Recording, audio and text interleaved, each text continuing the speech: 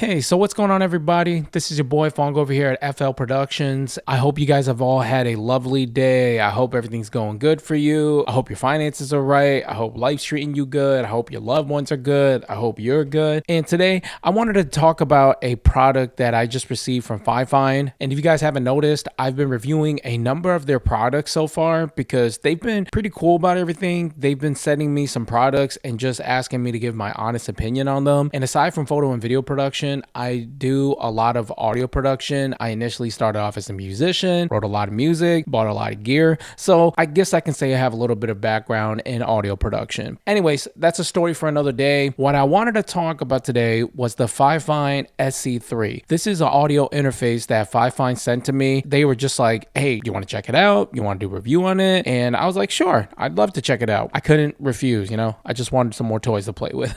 Before we proceed any further, I do want to let you guys know that FIFINE did send me this to review, but they are not sponsoring me in any way. They are not paying me for this review, and everything that I'm saying is strictly my opinion with my experiences alone. They have no say in the final output. I did let them know that if I'm going to go over any of their products, I'm going to be fully transparent, fully honest with it, and they were cool with it. So with that out of the way, let's talk about this audio interface from FIFINE. Right off the bat, you'll notice that it has a lot of RGB stuff going on. This audio interface is meant for audio recording, obviously. It's mainly meant for live streamers because it has a lot more buttons on it than your typical audio interface would. This has a 48 volt switch. This basically lets you power up your microphones that use a 48 volt connection for the XLR. It also has your typical inputs, your line output. Basically, it lets you connect the speakers so you get some audio output out of it. You have your headphone jack too, which basically lets you hear your playback.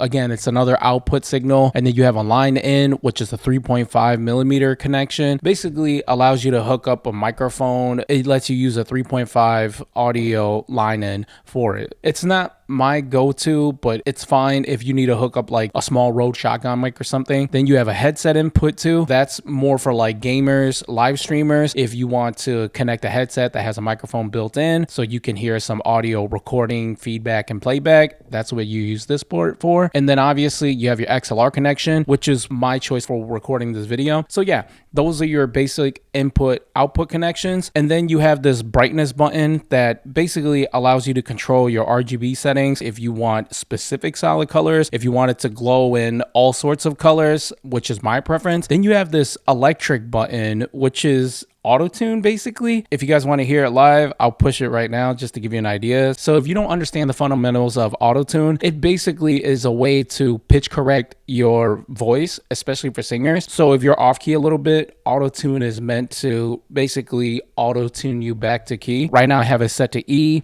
You just have to kind of know your notes. Just to give you guys a little bit of a demo, when you switch from A to B flat to B, it's not ideal for folks who are just doing regular talking. If you want to shut it off, just hold the button and your voice is back to normal. Now, there's another button over here called change voice, which goes from male, female, robot, monster, baby, and elder. This is what male sounds like. So apparently, if you're a male, your voice is very deep and very manly. If I switch it over to female, my voice is very low, but now I just sound like a chipmunk. Like, it's a weird modifier. And then this is robot mode, and this is monster. And this is baby.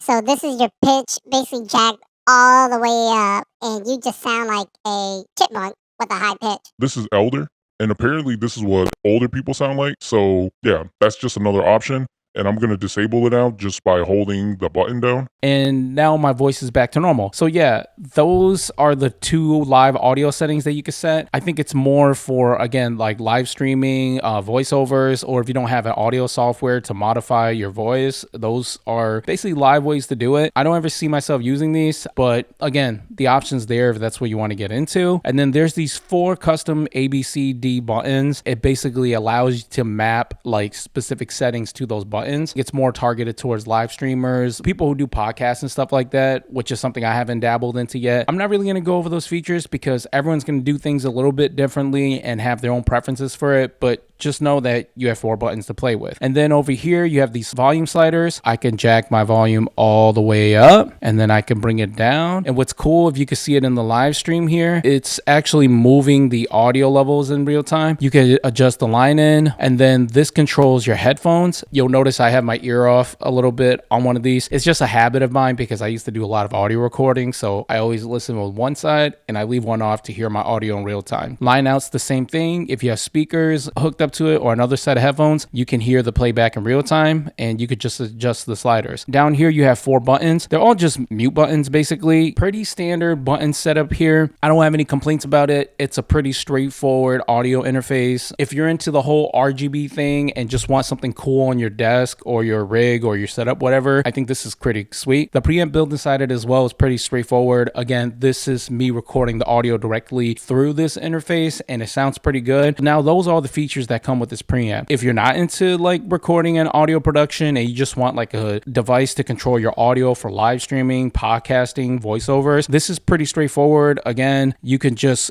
plug up a microphone, plug up a headset, start recording, hear yourself in real time, auto tune yourself, and go full T-Pain if you want. For the price, I think this is extremely good, because most audio interfaces that just come with a single XLR connection cost a little bit more than this, if not double the price. With the inputs and outputs, it's kind of a shame that there's only one XLR connection and then the other connection is a line-in 3.5 millimeter, which isn't the best connection when it comes to microphones because they put out a little bit less power. You won't really notice it if you're just doing, again, like general voiceover, live streaming. It sounds good enough. But if you're looking into using this as like your audio production device to record professional or like music sessions, this isn't ideal for that. If you're using this for like pure audio production for like instruments and voices, I would suggest getting an actual audio production interface, because one XLR connection is only good for a single microphone. I think it's great for basic recording. I think it's ideal for live streaming, podcasting. But if you're trying to use this as like an audio production rig, I don't think this is it. With that being said, though, I do think that for the value and the price, this is a pretty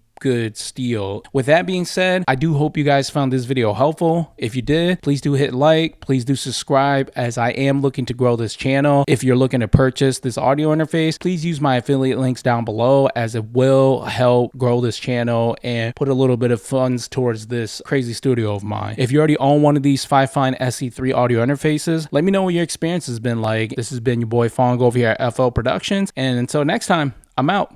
Peace, y'all.